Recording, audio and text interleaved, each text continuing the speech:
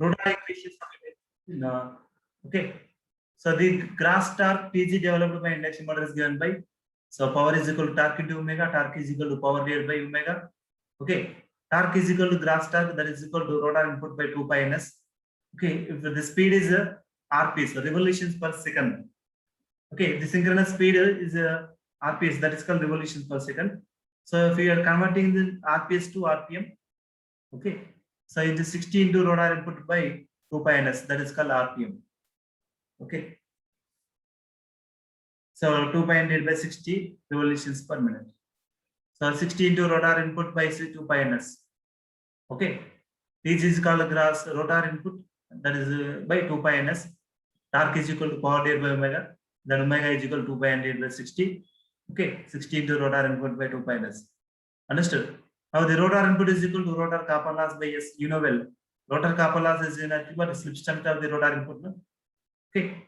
I'm already derived this expression here in the previous slide. Okay, rotor copper loss is equal to slip strength of the rotor input. Then rotor copper loss is equal to 3I2 square into R. Copper loss is in the rotor winding. Okay, rotor winding, that is called for slip ring induction motor, it is having rotor winding, but a squirrel cage induction motor, that is called conducting aluminum bars or copper conducting bars. That is called rotor copper loss. It's nothing but I square R. Okay, for three phase, this is a three phase induction machine. That's why 3I2 square into R2 by S. That's called rotor input is equal to 3I2 square into R2 by S. Okay, rotor copper loss by S.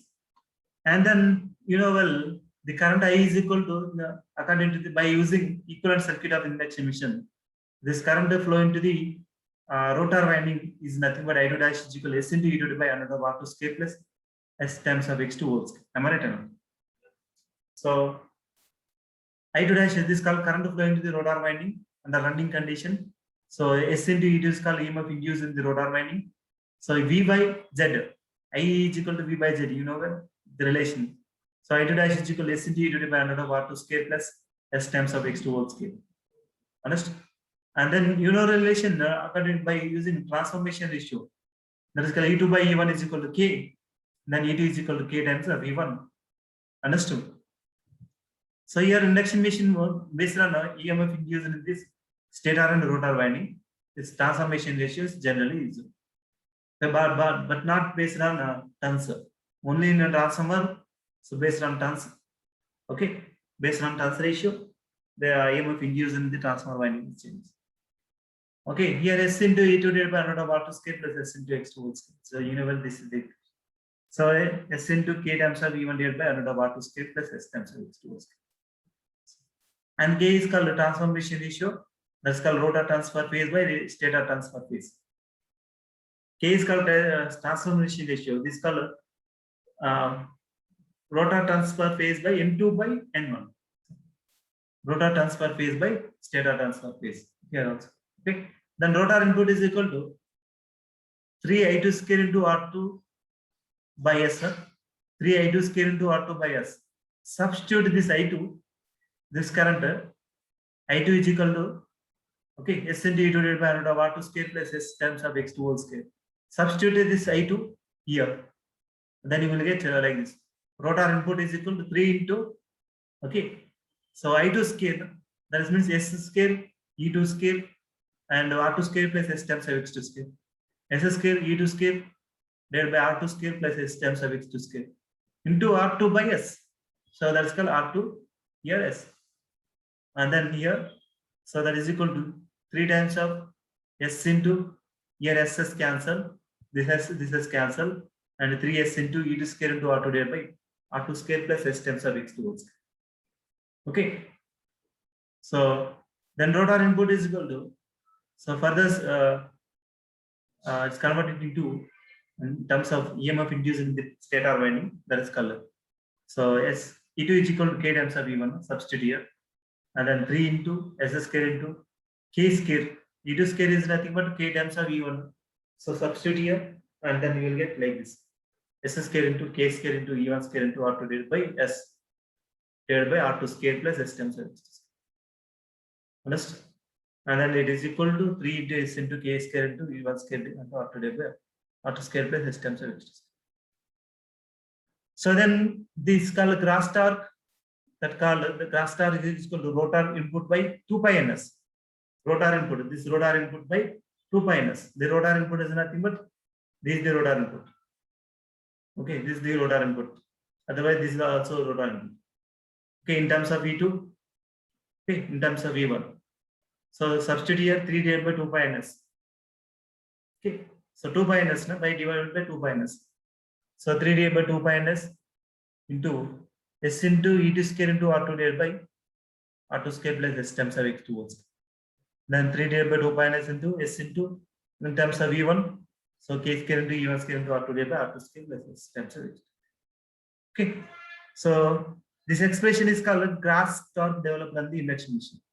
Okay, note that the above expression, TG, the value of E1, E2, R2, X2 represent the phase values. Okay, phase values, not line. Okay, this is called E1, E2, EMF using the stator winding, rotor winding, and R2, X2 represent the phase values. Understood? So this is called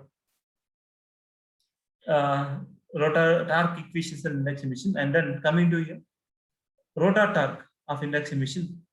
So this is the torque T developed by the rotor directly proportional to the torque developed on the rotor is directly proportional to the, okay, this is called rotor torque. This is called rotor torque developed on the induction motor. That is called torque T is developed on the rotor is directly proportional to the rotor current, rotor EMF, and power factor of the rotor circuit. Okay, just like a VI cos phi, VI cos phi.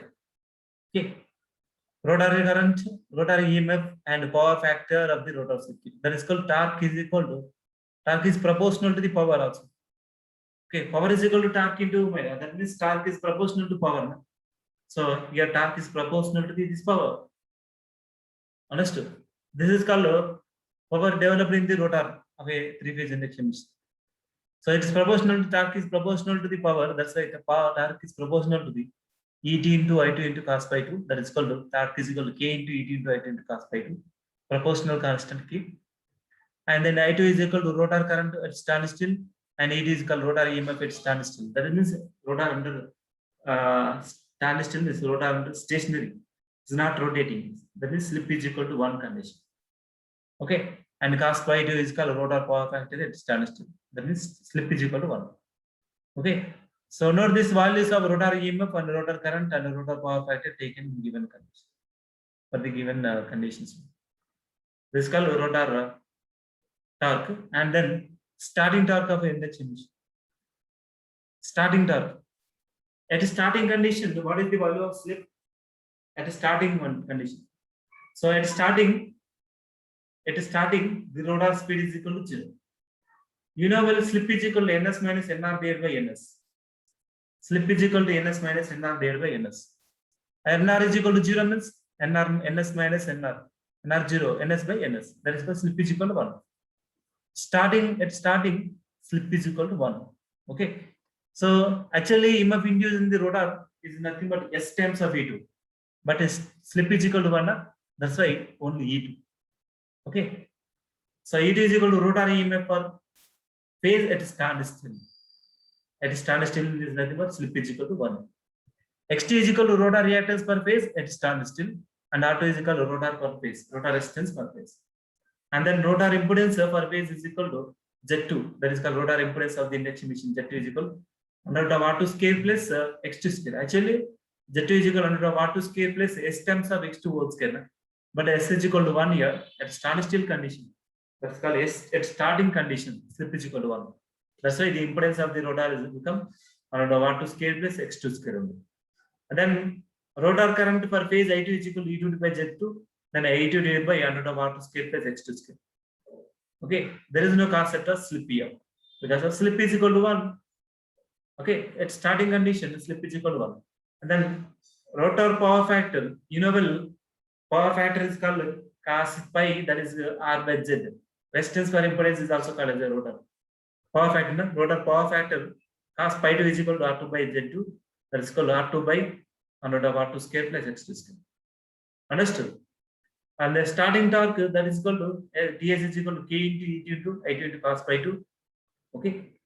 So then K into E2 into I2 is equal to E2 divided by root of R2 square plus X2 square, and cos pi 2 is equal to R2 divided by root of R2 square plus X2 square. And then the equation will become K into E2 square into R2 divided by R2 square plus X2 square. It's clear? K into E2 square into R2 divided by R2 square plus X2 square, like this we'll get. So generally, if the stator supply voltage V is constant, so flux per pole pi set up by the stator is also fixed. Okay. This in turn means that EMF induced E2 in the rotor will be constant. EMF induced in the stator, the rotor is also. Generally, the supply voltage is constant. This is called three-phase AC supply. Okay, or single phase AC supply is constant. 230 volts per single phase, 415 volts per three phase. Generally, that is a constant, and also that the flux per pole is also constant in the stator. And then this will be a resultant EMF induced in the rotor winding E2 is also constant. EMF induced in the rotor E2 induced in the rotor will be also constant. Understood? So that's why. So torque, starting torque is equal to K1 into R2 divided by R2 square plus X2 square. Here E2 is constant. Am I right or not? The K that is will become K1 into R2 divided by R2 square plus X2 square. Understood? K is another constant. K into E2 square is constant, another constant, because of E2 is constant. So then K1 into R2 divided by Z2 square. So here where K1 is another constant. Okay. It is clear that the magnitude of the starting torque would be dependent upon relative values of R2 and X2. Understood? Relative values of R2 and X2. From this relation, we can easily understand, it is clear that the magnitude of the starting torque would be depending upon the relative values of R2 and X2, that is called rotor resistance per phase and standstill rotor reactance per phase. Rotor resistance per phase and rotor standstill rotor reactance per phase. Am I right? Then it can be shown that K is equal to 3 divided by 2 into, am I right? 3 divided by 2 pi ns. 3 divided by 2 pi ns. You know, well, I'm already starting with this, the term is taken as a constant. K is equal to 3 by 2 into 2 pi ns. Substitute here in this equation, and then 3 divided by 2 pi ns into E2 square into R2 divided by R2 square plus X2 square. Here. Understood? So then, where K1 is another constant is clear, and it is also clear. And know that the NS is RPM. So synchronous speed. It's called RPS. Synchronous speed. If it is 60, 2 pi n divided by 60, that is called 3 into 60. So 180 divided by 2 pi ns is called RPM. If its speed is called RPM. If it is speed is ns is RPS, okay, only 2 pi ns. If it is ns is RPM, 3 into 60. So 180 divided by 2 pi ns. So you will get like this. Understood? So this is about starting torque of a three-phase induction motor.